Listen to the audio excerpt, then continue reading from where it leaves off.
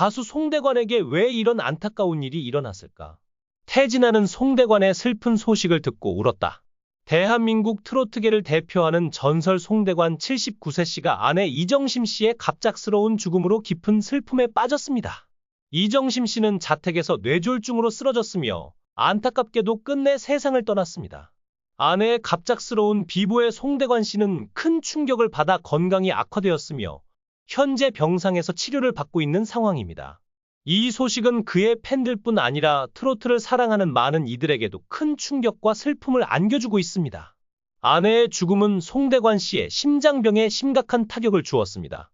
그의 장남 송진영 씨는 아버지는 현재 혼수 상태에 계시며 의식이 없는 가운데서도 눈물을 흘리며 아내의 이름을 계속 중얼거리고 있다고 전했습니다.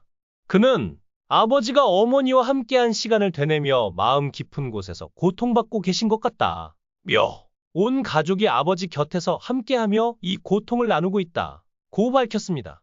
송대관 씨의 두 아들은 현재 자신의 모든 일을 중단하고 아버지의 곁을 지키며 간호에 전념하고 있다고 전해졌습니다.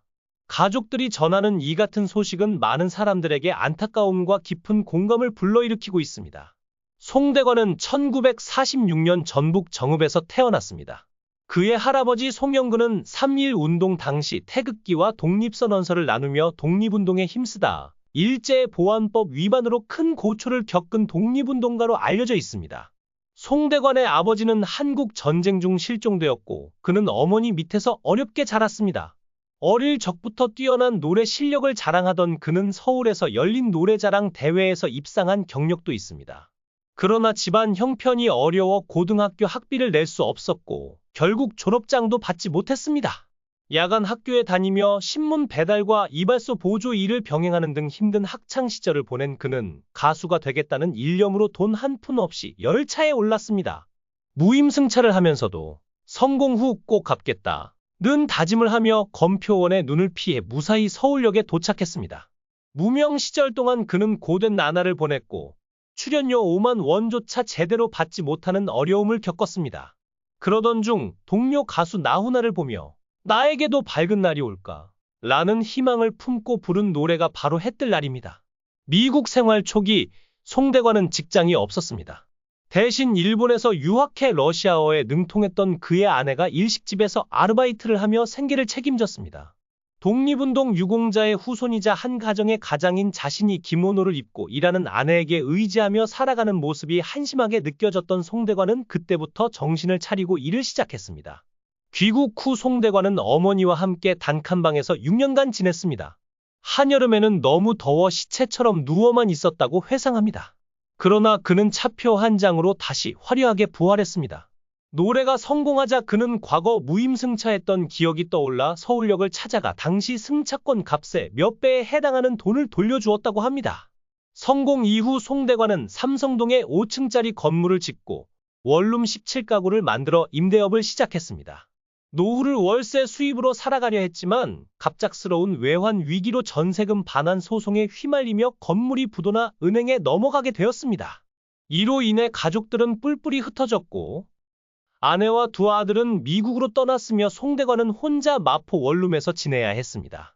송대관은 2013년 사기 사건에 연루되며 큰 논란에 휩싸였지만 2년 뒤 무죄 판결을 받았습니다. 당시 그는 수입이 많아 돈 문제로 오해를 받았다고 설명하며 아내가 부동산과 투자에 지나치게 관심을 두다 잘못된 판단으로 큰 어려움을 겪게 되었다고 언급했습니다. 송대관은 100억 원대의 집을 잃었고 땅과 아파트 등 많은 자산을 처분해야 했습니다. 그는 180억 원에 달하는 부채를 짊어지면서 하루하루 죽을지 살지를 고민했다고 말했습니다. 특히 자신이 아끼던 진돗개 2마리를 떠나보낼 때가 가장 슬펐다고 전했습니다. 갚아야 할 빚은 맞지만 집을 잃는 것은 가슴 아픈 일이었습니다. 라고 말하며 당시의 고통을 회상한 송대관은 그의 인생이 단순한 성공과 실패를 넘어서 한 사람의 인간적인 고뇌와 극복의 여정을 보여줍니다. 송대관은 일반 회생을 신청한 후 남은 약 160억 원의 빚을 갚기 위해 번 돈 대부분을 빚 상환에 사용했다고 합니다. 이제 빚을 청산하고 새롭게 시작하려는 찰나 또다시 불운이 찾아왔습니다.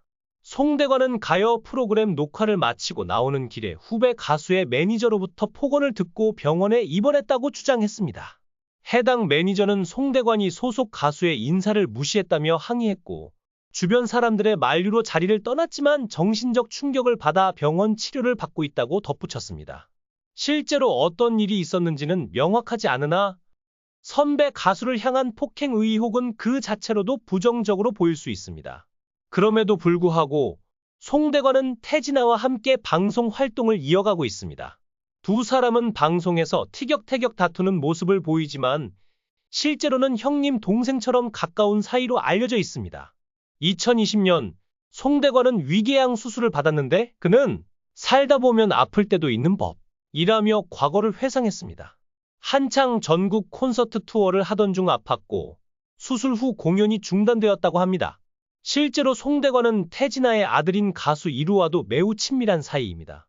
예전부터 송대관은 이루를 데려오고 싶다고 농담을 하곤 했고, 이루는 한 방송에서 아버지 태진아의 노래보다 송대관의 내 박자 같은 노래가 더 좋다고 밝힌 적이 있습니다. 이에 송대관은 태진아가 다른 건 몰라도 아들 하나는 잘 키운 것 같다 며 호적을 바꿀 수는 없지만 이루의 몸이라도 데려와라 고 말하며 같이 살았으면 좋겠다고 농담을 던지기도 했습니다. 이후에도 아빠 본 세계에서 송대관과 태진아가 함께 공연을 앞두고 있을 때 이루가 식사 자리를 마련했습니다. 마침 공연도 함께하게 된 기회를 빌려 몸보신 하시라 며 음식을 준비한 것이었죠. 송대관은 이루가 정말 훌륭한 아들이라며 태진아의 아들이라는 게 믿기지 않는다 고 말하며 이루를 극찬했습니다. 송대관은 김호중을 언급하며 나는 많은 어려움을 겪었지만 잘 이겨냈다. 김호중 후배를 보면서 고난을 많이 겪던 내 옛날 생각이 나더라. 너도 세월이 약일 것이다. 라고 응원했는데 이 발언이 문제가 된 이유는 송대관은 무죄 판결을 받았고 죄가 없음을 입증했지만 김호중은 범죄자로 추정되는 인물이기 때문입니다. 송대관 씨는 평소 방송을 통해 아내 이정심 씨에 대한 애정을 자주 표현하며 그녀와의 유대감을 드러낸 바 있습니다. 두 사람은 오랜 시간 서로를 의지하며 가정을 꾸려왔고 송대관 씨의 성공 뒤에는 항상 아내가 있었다는 사실은 팬들 사이에서도 잘 알려져 있었습니다. 하지만 갑작스러운 아내의 죽음은 송대관 씨에게 있어 말 그대로 하늘이 무너지는 충격으로 다가왔습니다.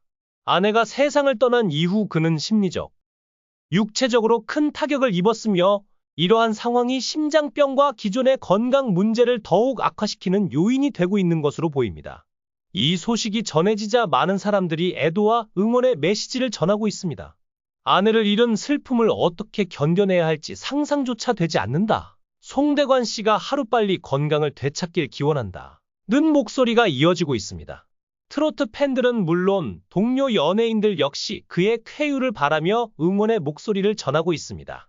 송대관 씨는 대한민국 트로트계를 이끈 대표적인 가수로서 그의 곡들은 여전히 많은 이들에게 희망과 위로를 주고 있습니다.